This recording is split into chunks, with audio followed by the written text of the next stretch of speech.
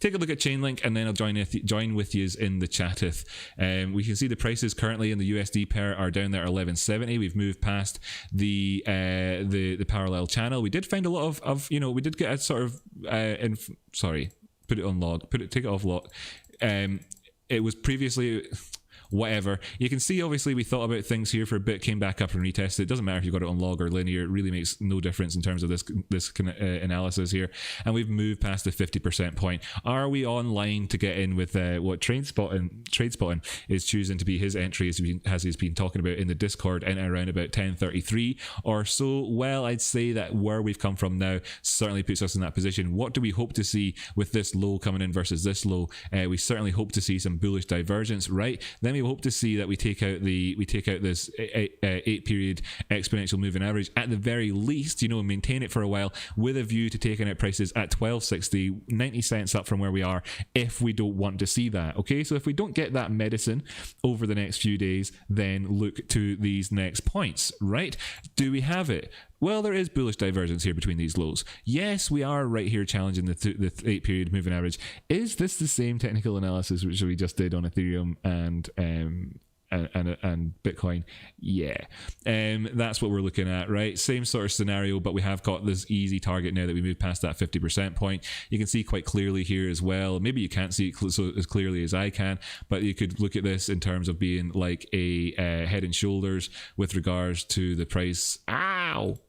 Yeah, with the price movement in this section here. You could stick it on a different time frame if you wanted to have more clarity about it. Maybe the 6 hours would look a bit better or something like that. Maybe the 8 hours. It doesn't really matter. It doesn't even care. Who cares about whether or not it's head and shoulders-y? What a head and shoulders boils down to, like any pattern in the world, are the components of it. So you've always got these components here. You're talking about, oh, I've identified one, but really it's this. Really it's this. It's this that's important right here. Everything else is just letting you know what you're getting yourself into.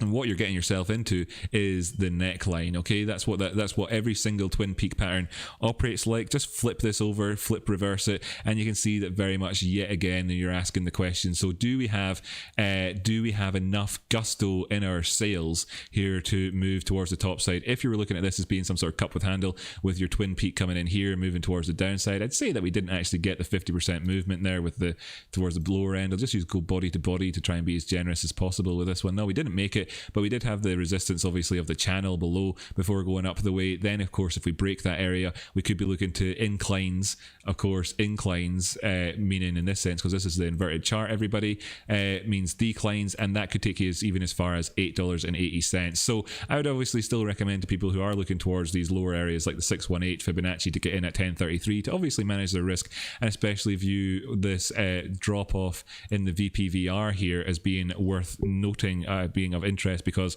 when you put this chart back to normal, you can see how that all lines up very, very nicely, coming in here for, of course, a retest of this zone at down there. Now if I just go to a different chart where maybe I can draw this out perfectly, what does this zone represent? What does this low here represent in terms of patterns if we were to see it coming back down here? Okay, now I've told you this answer to this 100 times on the channel over the last year, but I'm going to just chuck it out there and see if anybody can guess what it is. Of course, as well, there's a 20-second delay between when I'm talking and when you actually type on the screen, so you might not. I'm not going to hang around. You've had your chance now. Okay, that represents the target from an ascending broadening wedge. This low here would be the target of the ascending broadening wedge, because how do you work out an ascending broadening wedge? Well, you take it from the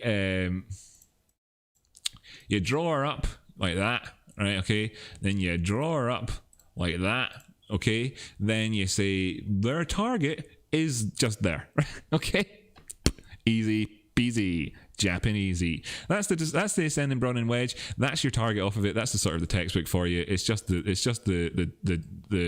extreme point at the beginning area of it is where you move to. You don't do measuring stick nonsense or any of that sort of jazz off of the back of that. So that's what you'd be looking to, and that's how this obviously pans out. So we don't want this to become the ascending broadening wedge. That's what we've talked about enough times in the recent past. It's of no surprise to anybody. So I'm just going to stick the little timestamp things into the chit chat. We've got 50 mins in was Chainlink.